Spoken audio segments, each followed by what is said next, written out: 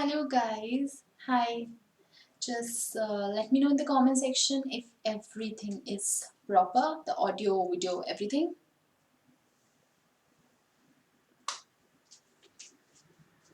It's fun, right? Back-to-back classes. Like quickly we're learning something about listening, then quickly we're jumping to reading. This is also fun. I mean, I'm personally a fan of long, extensive classes, but I think this is also fun. So hi Harsh, hi Priya, hi Mubarak. So guys, just let me know if everything is audible, it's visible.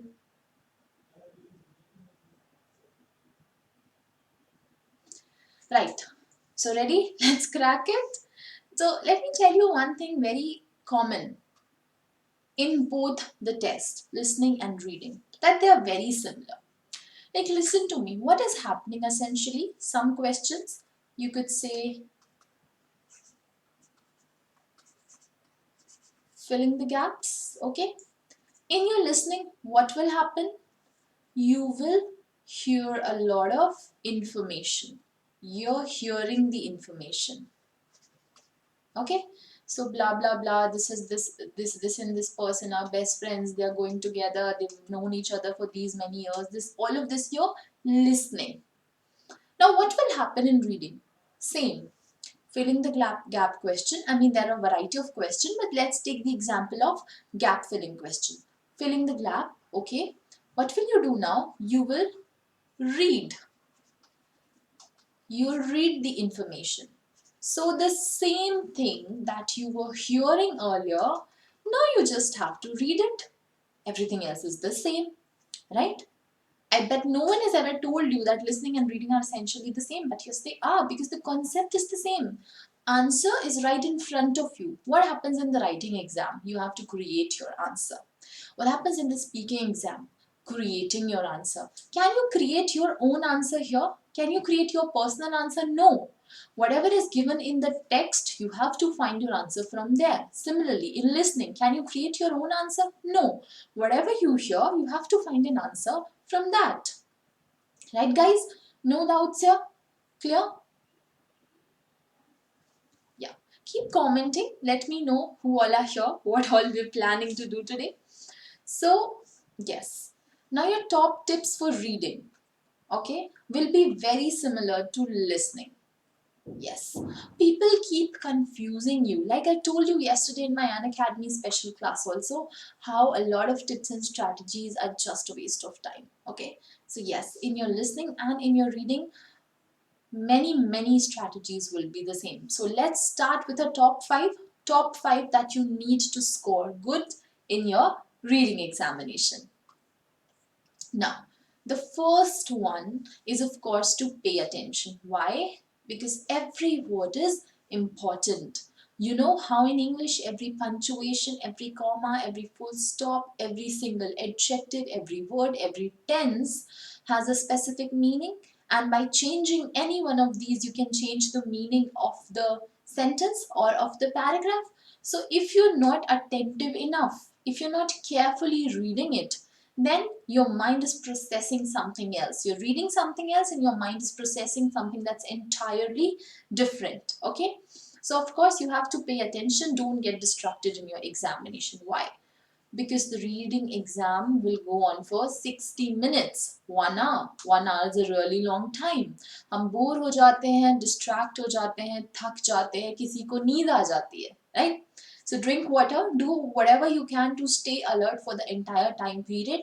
The IELTS examination is very important for you, right? You want to go to Canada, you want to go to Australia, you want to study in a particular good university. The examination is very important. Your future depends on you. So stay attentive for that 1 hour and the entire time period of the IELTS examination. Now, secondly, you have to notice keywords and you have to look for synonyms and paraphrases in the text. This is very similar to what I told you in listening. Notice the keywords and try to hear them. They won't be spoken of directly, but there will be synonyms and paraphrases. Same thing here. Read something, okay? Notice the important words. Now find their synonyms. Let me give you an example. If this is a question, two ingredients used to make paint found in the cave were dash and dash. What is the keyword? Ingredients. What are the synonyms? Raw materials, items, essentials, anything like a lot of different synonyms, or two important materials. It could be a phrase also that is used instead of the word ingredients. Now, when you want to find the answer, you go back to the passage and you try to find out a word that is either equal to the word ingredient or it's a very close synonym of the word ingredient. So just read it. Do you see this word? Raw material. This right here. They included an array of raw materials, including samples of bone, charcoal, pigment producing equipment, grindstone, hammerstone. Right? An array of raw materials. So what are raw materials? Raw materials are your ingredients. They're your ingredients. So what are your answer? Two ingredients used to make paint found in the cave are bone and charcoal. So okay, so in our plus classes and on Unacademy, we'll learn this very extensively. But right here, this is a short, I would say, a short demo of of how should you understand what are keywords and how to look for their synonyms and their paraphrases and how they'll help you find the right answer. Now, another important thing that can help you in the reading examination, especially when you have to match the headings or when you have to find the themes that the author is trying to project, okay? That is to look at the first line of the paragraph and to look at the last line of the paragraph. It will give you a rough idea of the theme and you will be able to find out what is the appropriate heading. So if you read this one here, the bamboo cave discovery is the earliest known example of a pigment producing workshop. So we're talking about an invention, we're talking about a discovery and something that is ancient and something that is related to a paint producing workshop. Now when you read at the last line, the ochre powder and bone pieces were mixed with charcoal, stone chips, squash grains and liquid and was then transferred to abalone shells to be gently stored before being ready for application. So you realize that in this entire passage, the author is not giving any personal views. He's just stating facts straight up. So if a question comes, what is the mood of the author? You can say he's neutral. He's just giving facts. And if you have to match headings with these paragraphs, you can say, okay, this paragraph relates to production, how ochre is produced or how paint was produced. Right, guys? Any doubts, sir? Now, the fourth important point is, of course, very obvious, but a lot of people make mistakes here, is to read your instructions carefully. Because like listening, reading exam will also be very specific about the instructions. Write the answer in 2 words only, 1 word only, 3 word and a number, no more than 1 word and a number, and you have to stick to it. If you write anything more than that, if only 1 word is allowed and you write 2 words, then of course you will be marked incorrectly. You won't get any marks even if the answer was correct. And similarly, don't ignore the spellings. Check again, check multiple times what are the spellings that you're writing. Okay, and follow the basic rules. Like, for example, you're writing somebody's name, start the first letter with block or should be in capital. If you're writing an important city, Delhi, the first letter should be capital. So you should know what are proper nouns and what are the nouns that start with the first letter, that's capital. Now lastly, when you have really less time, this is also very important. This is like a lifesaver. That is why I kept it in the last, because this is literally gonna save your life. Now imagine there are a lot of paragraphs, okay? In your academic examination, there will be 3 passages and they'll be long. The questions will be a bit difficult. So it could happen that you might need more time, that you're short of time, right? Now, in your list, general training examination, there will be 5 paragraphs. They will be shorter, but of course, 5 paragraph is a large enough number, right? So if you're running short of time, if only last 5 minutes are left, and you still haven't done 10 questions, you still haven't done 5 questions, what will you do? You will just quickly skim through the paragraph. What is skimming? I'll just tell you. You'll skim through the paragraph and it will help you find your answer quickly. Now skimming, when you skim now, the accuracy of your answers is not 100%. Let me tell you. If this is the question, 2 examples of tools used to make the paint that were found in the cave are dash and dash. Okay. First of all, look at the keywords. What are the important words that you can look for in the paragraph? Tools and to make paint. And you have to find 2 tools. Okay. So this is how you use keywords. Now you go back to the paragraph. You have to use keywords and also you have to skim it. By skimming, I mean instead of reading this entire paragraph and trying to understand each and every word, taking 4 to 5 minutes to read it in only 30 seconds or read it in only 45 seconds and get a rough idea. So there are 2 options that are left with you when you have very little time left. One, you can just simply write A for all the answers. Okay. If it's a match the column or if it's a multiple option type question. But if it's a fill in the blank, so what can you do? You can just get a rough idea. So all of your answers will not be correct, but still at least 70% of your answers will be correct if you just quickly skim. So don't lose hope. Don't get worried that only 5 minutes are left. Instead, use your brain. Just skim the paragraph. That means quickly read it very fastly. Only look at some important words and ignore everything else. And then you can find your answers. So what were our words here? 2 examples of tools that make the paint. So what will I do now? Yeah. So what will I do now? I'll just quickly start reading. The Balbo's Cave discovery is the earliest known example of pigment paint producing workshop. The material was discovered at the same time, including an array of raw materials, including sample of one and pigment producing equipment. Okay, I find the word equipment here. So pigment producing equipment such as grindstone and hammerstone. Okay, these are my answers. Now I will not even check them because I don't have time. I just quickly write grindstone and hammerstone.